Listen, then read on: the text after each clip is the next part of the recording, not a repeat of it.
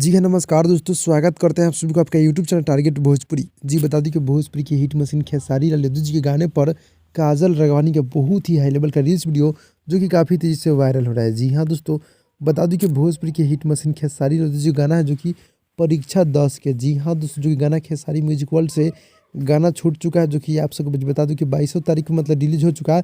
और इसी गाने पर काफ़ी हाई लेवल का रील्स वीडियो यानी काजल राघवानी जी अभी पोस्ट इंस्टाग्राम से की है। जी हाँ दोस्तों, यानी कि बता दूँ एक बहुत ही अच्छी बात लिखी है काजल राघवानी जी, जो कि आप सब देख सकते हैं। जी हाँ दोस्तों, बता दूँ कि प्यार अभी भी ज़िंदा है, यानी कि आप लोग इस बात को समझ सकते हैं कि क्या मतलब कहना चाहती है। जी हाँ दोस्तों, यानी खेसारी लाल जी के साथ में अभी भी काम करना चाहती है काजल राघवानी जी।